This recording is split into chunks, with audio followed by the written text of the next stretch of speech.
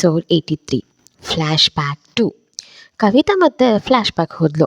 Kavita door ಹತ್ರ ನಿಂತಿದ್ದವನ್ನ ನೋಡಿ, ಯಾರು ನೀನು, ಯಾರು ಬೇಕು, ಲೇಡೀಸ್ ವಾಶ್ರೂಮ್ ಹತ್ರ ಯಾಕಿದ್ಯಾ ನೀ ಇಲ್ಲಿ, ನಿನಗೇನು ಕೆಲಸ ಅಂತ ಕೇಳಿದ್ಲು.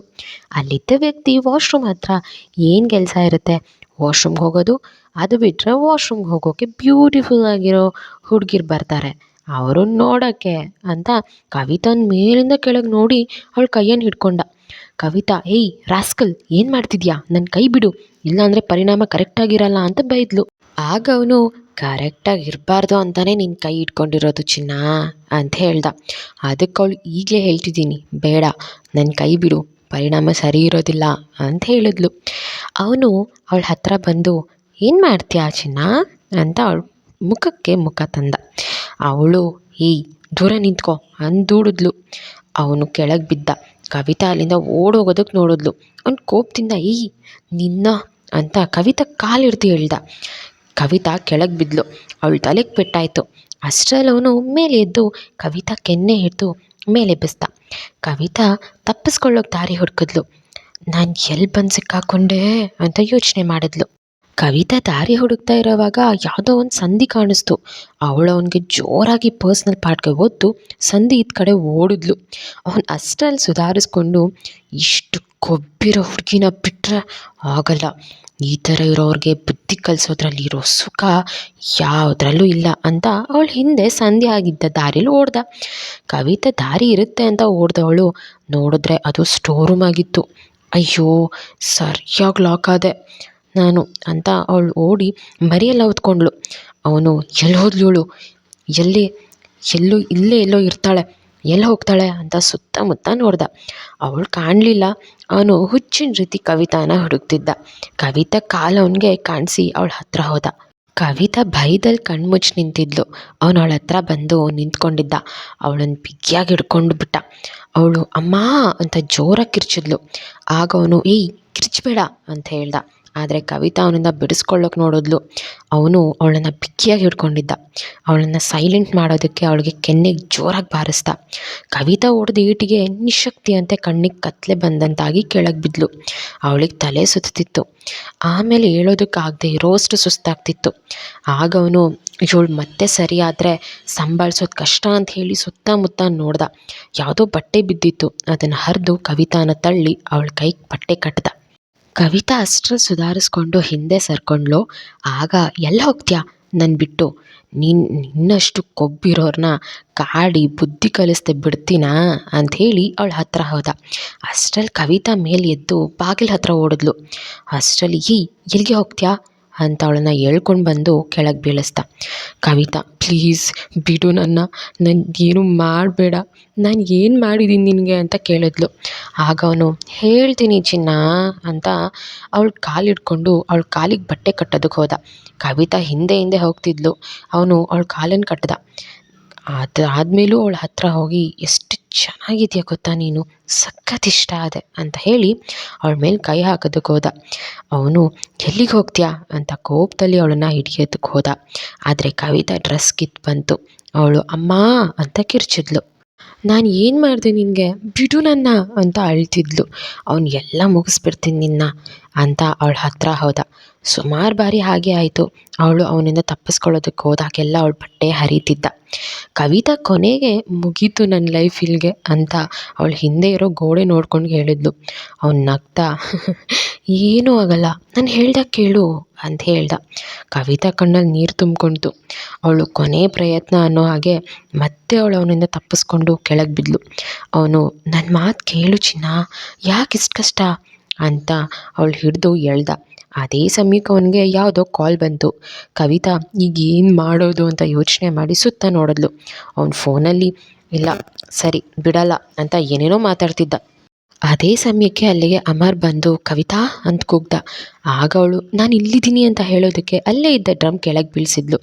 ಅವನು, ಅಮರ್ ಬಂದಿದ್ದು ನೋಡಿ ಅಲ್ಲಿಂದ ಹೊರಟು ಹೋದ ಅಂತ ಕವಿತಾ ಹೇಳಿದ್ಲು. ಅಮರ್ ಪಾಪ ಅಷ್ಟೆಲ್ಲ ಕಷ್ಟಪಟ್ಟಿದ್ದಾಳೆ ಅಂತ ಯೋಚನೆ ಮಾಡ್ದ. ಏನೇ ಆಗಲಿ ಅವನು ಯಾರು ಅಂತ ಬಿಡೋದಿಲ್ಲ ಅಂತ ಹೇಳಿ ಅವಳ ಕೈ ಹಿಡ್ಕೊಂಡು ರೂಮಿಂದ ಆಚೆ ಕರ್ಕೊಂಡು ಹೋದ. ಕವಿತಾಗೆ ಸುಸ್ತಾಗ್ತಿತ್ತು. ಆದರೂ ಅಮರ್ ಜೊತೆ ನಡೆದ್ಲು. ಅವನು, ಕವಿತಾ ನಿನಗೆ ಆ ರೀತಿ ಮಾಡಿದವರನ್ನು ಬಿಡಬಾರ್ದು, ಸರಿಯಾಗಿ ಬುದ್ಧಿ ಕಲಿಸ್ತೀನಿ ಅಂತ ಹೇಳ್ದ. ಅದೇ ಸಮಯಕ್ಕೆ ಅಮರ್ಗೆ ಭಾರ ಇರೋ ವಸ್ತು ಎಳ್ದ ಅನುಭವ ಹಿಂದೆ ನೋಡ್ದ ಕವಿತಾ ಪ್ರಜ್ಞೆ ತಪ್ಪದ್ಲು. ಅವನು ಮತ್ತೆ ಕವಿತಾ ಅಂತ ಅವಳ ಹತ್ರ ಹೋಗಿ ಅವಳನ್ನು ಎತ್ಕೊಂಡು ರೂಮ್ಗೆ ಹೋದ. ಅವಳಿಗೆ ಇಂಜೆಕ್ಷನ್ ಕೊಟ್ಟು ಮಲಗಿಸ್ದ. ಅವನು ಮೇಲೆ ಎದ್ದೇಳಿದಕ್ಕೆ ಹೋದ. ಆದರೆ ಕವಿತಾ ಅಮರ್ ಕೈ ಹಿಡ್ಕೊಂಡಿದ್ಲು. ಅವನಿಗೆ ಅದನ್ನು ನೋಡಿ ಅವಳನ್ನು ಬಿಟ್ಟು ಹೋಗೋದಕ್ಕೆ ಮನಸ್ಸಾಗಲಿಲ್ಲ. ಅಮರ್ ಅವಳ ಪಕ್ಕ ಕೂತ್ಕೊಂಡು ಅವಳ ತಲೆ ಸವರ್ತಾ ಹೋಟೆಲ್ ಮ್ಯಾನೇಜರ್ಗೆ ಕಾಲ್ ಮಾಡಿ ನಮ್ಮ ಹೋಟೆಲ್ ರೂಮ್ನ ಫ್ಯಾಮಿಲಿ ಬ್ಯಾಕ್ಗ್ರೌಂಡ್ ಇರೋ ಅವ್ರಿಗೆ ಕೊಡಬೇಕು. ಈ ಹೋಟೆಲ್ ರೌಡಿಗಳ ಅಡ್ಡ ಆಗಿದೆ ನಿಮ್ಮ ಗಮನಕ್ಕೆ ಬಂದಿದೆಯಾ ಅಂತ ಕೇಳ್ದ. ಆಗ ಮ್ಯಾನೇಜರ್, ಅಲ್ಲ ಸರ್, ನಮಗೆ ಅವ್ರು ರೌಡಿ ಅಂತ ಹೇಗೆ ತಿಳಿಯುತ್ತೆ ಸರ್? ಅವ್ರು ನಮ್ಮ ಹೋಟೆಲ್ ಫಾರ್ಮ್ಯಾಲಿಟೀಸ್ ಎಲ್ಲ ಕಂಪ್ಲೀಟ್ ಮಾಡಿ ಸೇರ್ಕೊಂಡಿರ್ತಾರೆ ಅಂತ ಹೇಳ್ದ. ಆಗ ಅಮರ್ಗೆ ಮ್ಯಾನೇಜರ್ ಹೇಳಿದ್ದು ಸರಿ ಅಂತ ಅನಿಸಿ ಟೈಮ್ ನೋಡ್ದ. 11 ಗಂಟೆ ಆಗಿತ್ತು. ಅವನು, ಸರಿ, ನಾಳೆ ನಿಮಗೆ ಕೆಲವು ಇನ್ಸ್ಟ್ರಕ್ಷನ್ಸ್ ಕೊಡ್ತೀನಿ, ಅದನ್ನು ಎಲ್ಲ ಹೋಟೆಲಲ್ಲೂ ಫಾಲೋ ಮಾಡ್ಬೇಕು, ಸರಿನಾ ಅಂತ ಹೇಳ್ದ.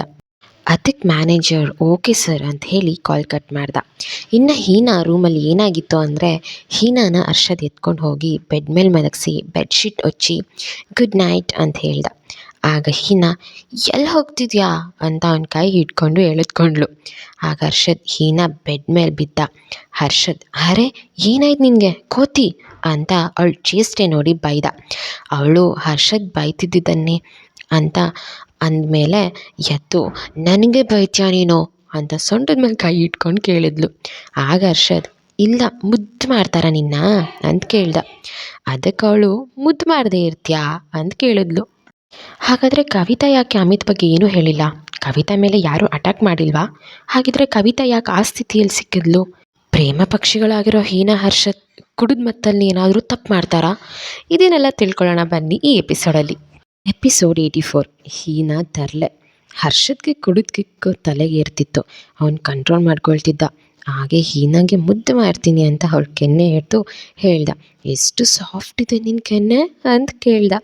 ಅದಕ್ಕೆ ಅವಳು, ನಾನು ಅಂದರೆ ಸುಮ್ಮನೆನಾ, ನಾನು ಯಾವಾಗಲೂ ಪ್ರೀತಿ ಅಂತ ಹೇಳಿದ್ಲು. ಅದಕ್ಕೆ ಹರ್ಷದ್ ಹೌದು ಅಂತ ಅವಳು ಇನ್ನೊಂದು ಕೆನ್ನೆಯನ್ನು ಹಿಡಿದು ಹೇಳ್ದ. ಹೀನಾ ಹರ್ಷದ್ ಹಾಗೆ ಮಾಡ್ತಿರೋದನ್ನು ನೋಡಿ ಅವಳು ಕೂಡ ಅಂತ ಒಂದೇ ಸಮಯಕ್ಕೆ ಅವನ 2 ಕೆನ್ನೆಯನ್ನು ಹಿಡಿದು ಎಳೆದು ಮುದ್ದು ಮಾಡಿದ್ಲು. ಇಬ್ಬರು ಒಬ್ರಿಗೊಬ್ರು ಚೇಷ್ಟೆ ಮಾಡ್ಕೊಳ್ತಿದ್ರು. ಹರ್ಷದ್ಗೆ ಸ್ವಲ್ಪ ಪ್ರಜ್ಞೆ ಇತ್ತು. ಆಗಾಗ ಅವನು ಹೀನಾಳಿಂದ ಡಿಸ್ಟೆನ್ಸ್ ಮೇಂಟೈನ್ ಮಾಡ್ತಿದ್ದ. ಹೀನಾ ಹರ್ಷದ್ನ ಬೆಡ್ ಮೇಲೆ ದೂಡಿ ಅವನ ಎದೆ ಮೇಲೆ ತಲೆ ಇಟ್ಟು ಮಲಕ್ಕೊಂಡ್ಳು. ಅವಳು ತೊದಲ್ತಾ ಏನೇನೋ ಬಡಬಡಿಸ್ತಿದ್ಲು. ಸಾಕಾಗಿದೆ ನನಗಿದೆಲ್ಲ, ಯಾವಾಗ ಮುಗಿಯೋದು? ನನಗೊಂದು ರೆಸ್ಟ್ ಅನ್ನೋದು ಬೇಕಾಗಿದೆ. ಒಂದೊಂದು ಟೈಮ್ ನನಗೆ ಅದೆಲ್ಲ ಬೇಡ ಅನಿಸುತ್ತೆ. ಏನು ಮಾಡಲಿ ನಾನು ಅಂತ ಹರ್ಷದ್ ಮುಖ ನೋಡಿದ್ಲು. ಹರ್ಷದ್ ಏನು ಹೇಳ್ತಿದ್ದಾಳೆ ಅನ್ನೋದೇ ಅರ್ಥ ಆಗ್ತಿರ್ಲಿಲ್ಲ. ಅವಳು ಅವನ ಎದೆ ಮೇಲೆ ಮಲಗಿದ್ದವಳು ಏನೋ ನೆನಪಾಗಿ ಸಡನ್ನಾಗಿ ಮೇಲೆದ್ದು, ನೀನು ನನಗೆ ಮೋಸ ಮಾಡ್ತಿದ್ಯಾ ಅಂತ ಹರ್ಷದ್ ನೋಡಿ ಕೇಳಿದ್ಲು. ಹರ್ಷದ್ಗೆ ಕೊಡ್ದಿರೋದೆಲ್ಲ ಇಳ್ದಾಗ ಆಗೋಯ್ತು ಅವಳು ಆ ಥರ ಕೇಳಿದ್ದು ನೋಡಿ. ಅವನು, ಏನು ಹೇಳ್ತಾ ಇದೆಯಾ ನೀನು ಅಂತ ಕೇಳ್ದ. ಅದಕ್ಕೆ ಅವಳು, ಇರೋದನ್ನು ಹೇಳ್ತಾ ಇರೋದು ಅಂತ ಹೇಳಿ ಹರ್ಷದ್ ಶರ್ಟ್ ಬಟನನ್ನು ಬಿಚ್ಚುತ್ತಿದ್ಲು. ಹರ್ಷದ್ಗೆ ಕೊಡ್ತಿರೋದು ಪೂರ್ತಿ ಇಳ್ದೋಯ್ತು. ಅರೆ ಏನು ಮಾಡ್ತಾ ಇದೆಯಾ ಹೀನಾ, ಏನಿದೆಲ್ಲ ಅಂತ ಕೇಳ್ದ. ಅವಳು, ಕಾಣಿಸ್ತಾ ಇಲ್ವಾ ನಿನಗೆ, ನಿನ್ನ ಡ್ರೆಸ್ನ ತೆಗಿತಾ ಇದ್ದೀನಿ, ಸುಮ್ಮನೆ ಇರೋ ಅಂತ ಹೇಳಿದ್ಲು. ಹರ್ಷದ್ ಸಡನ್ನಾಗಿ ಬೆಡ್ಡಿಂದ ಕೆಳಗೆದ್ದು, ಈಗೆಲ್ಲ ಮಾಡ್ತಾರಾ ಅಂತ ಕೇಳ್ದ. ಅದಕ್ಕೆ ಹೀನಾ, ನಾನೇನು ಮಾಡಿದೆ ಅಂತ ಕೇಳಿದ್ಲು. ಹರ್ಷದ್, ಹುಡುಗನಿಗೂ ಮಾನ ಮರ್ಯಾದೆ ಶೀಲ ಅನ್ನೋದೆಲ್ಲ ಇರುತ್ತೆ ಕಣಮ್ಮ, ನೀನು ನಾನು ಏನು ಮಾಡಬೇಕು ಅಂತಿದ್ಯಾ ಅಂತ ಕೇಳ್ದ. ಹೀನಾ ಬೆಡ್ ಮೇಲೆ ಕೂತ್ಕೊಂಡು ಜೋರಾಗಿ ಅಳೋದಕ್ಕೆ ಶುರು ಮಾಡಿದ್ಲು. ಹರ್ಷದ್, ನಾನೇನು ಮಾಡಿದೆ ಇವಳಿಗೆ? ನಾನೇನು ಮಾಡಿಲ್ಲ, ಇವಳು ತಾನೇ ನನಗೆ ಶರ್ಟ್ ಬಿಚ್ಚೋಕೆ ನೋಡಿದ್ದು ಅಂತ ಹೇಳ್ಕೊಂಡ. ಅವ್ನು ಹೀನಾ ಹತ್ರ ಹೋಗಿ, ಇಲ್ಲಿ ನೋಡು ಏನಾಯಿತು ಅಂತ ಕೇಳ್ದ. ಅದಕ್ಕೆ ಅವಳು, ನಾನು ನಿನಗೆ ಏನು ಮಾಡಿದೆ? ನಿನ್ನ ಶರ್ಟ್ ಬಿಚ್ಚಿದೆ ಅಷ್ಟೇ ಅಲ್ವಾ, ಅದಕ್ಕೆ ಬೇರೆ ಎಲ್ಲ ಮಾತಾಡೋದಾ? ನೀನು ಈಗ ಏನು ಅಂತ ಕೇಳೋಕೆ ಬರೋದು ಏನು ಬೇಕಾಗಿಲ್ಲ, ಹೋಗು ನೀನು, ನಾನು ಎಷ್ಟು ಆಸೆ ಪಟ್ಟಿದ್ದೆ ಅಂತ ಹೇಳಿದ್ಲು.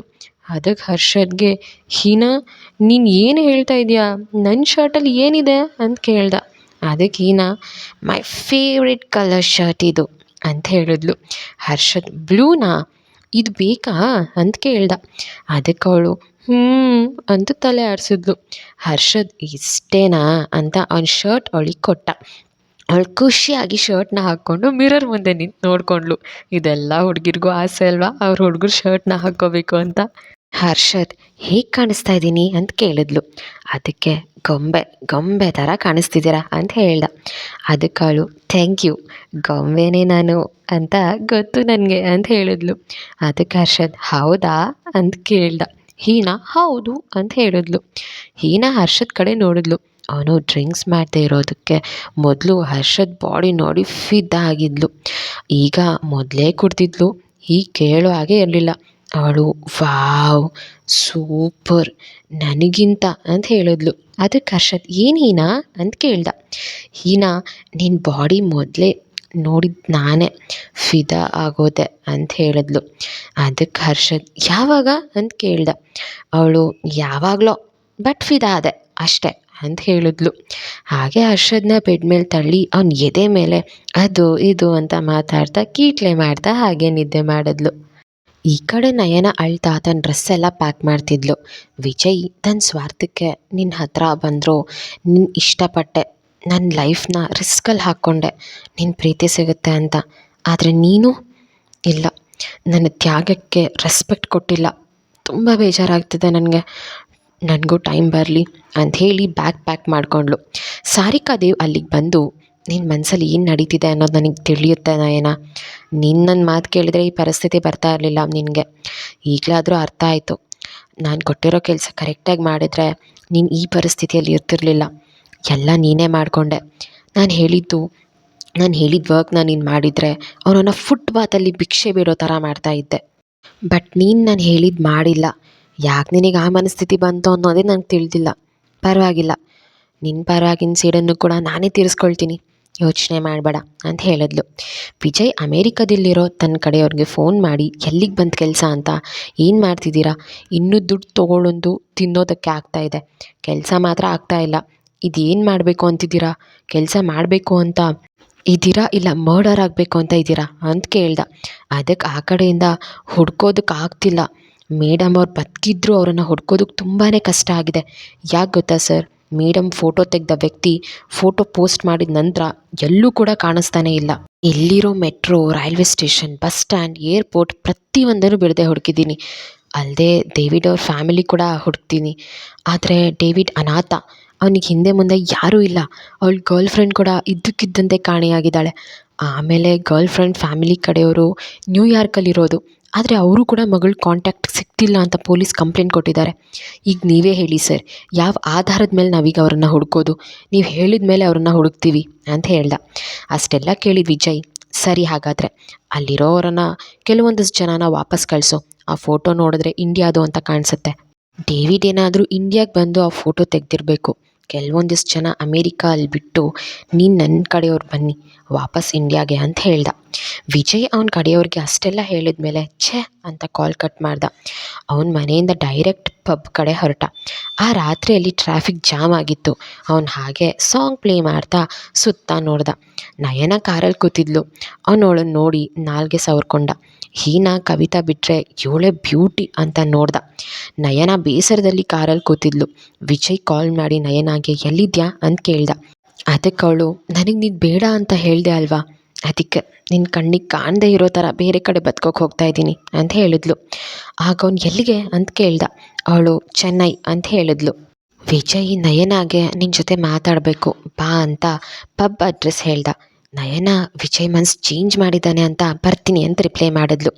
ಪಬ್ಗೆ ನಯನ ಹೋದ್ಲು. ಅವಳು ವಿಜಯ್ಗೆ ಕಾಲ್ ಮಾಡಿ ಎಲ್ಲಿದ್ಯಾ ಅಂತ ಕೇಳಿದ್ಲು. ಅವನು ರೂಮ್ ಅಂತ ಹೇಳಿ ಕಾಲ್ ಕಟ್ ಮಾಡ್ದ. ಅವಳು ವಿಜಯ್ ರೂಮ್ಗೆ ಹೋದ್ಲು. ವಿಜಯ್ ಹೀನಾ ಫೋಟೋ ನೋಡ್ತಾ ಕಣ್ಣಲ್ಲಿ ನೀರು ತುಂಬ್ಕೊಂಡು ನೋಡ್ತಿದ್ದ. ನಯನ ಬಾಗಿಲು ತೆಗೆದು ಒಳಗೆ ಬಂದ್ಲು.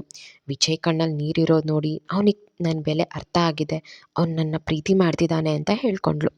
ವಿಜಯ್ ಮನಸ್ಸಿನ ಪರಿಸ್ಥಿತಿ ಇಂಥದ್ದು. ಹರ್ಷದ್ ಹೀನಾ ನಡುವೆ ಇನ್ನು ಏನಾದರೂ ನಡೆಯುತ್ತಾ? ಈ ನಯನ ಮತ್ತೆ ನಂಬಿ ವಿಜಯ್ನ ಪಬ್ ರೂಮ್ ಒಳಗಡೆ ಬಂದಿದ್ದಾಳೆ. ಅವನವಳನ್ನ ಏನು ಮಾಡ್ತಾನೆ ಅನ್ನೋದನ್ನು ಮುಂದಿನ ಎಪಿಸೋಡಲ್ಲಿ ತಿಳ್ಕೊಳ್ಳೋಣ.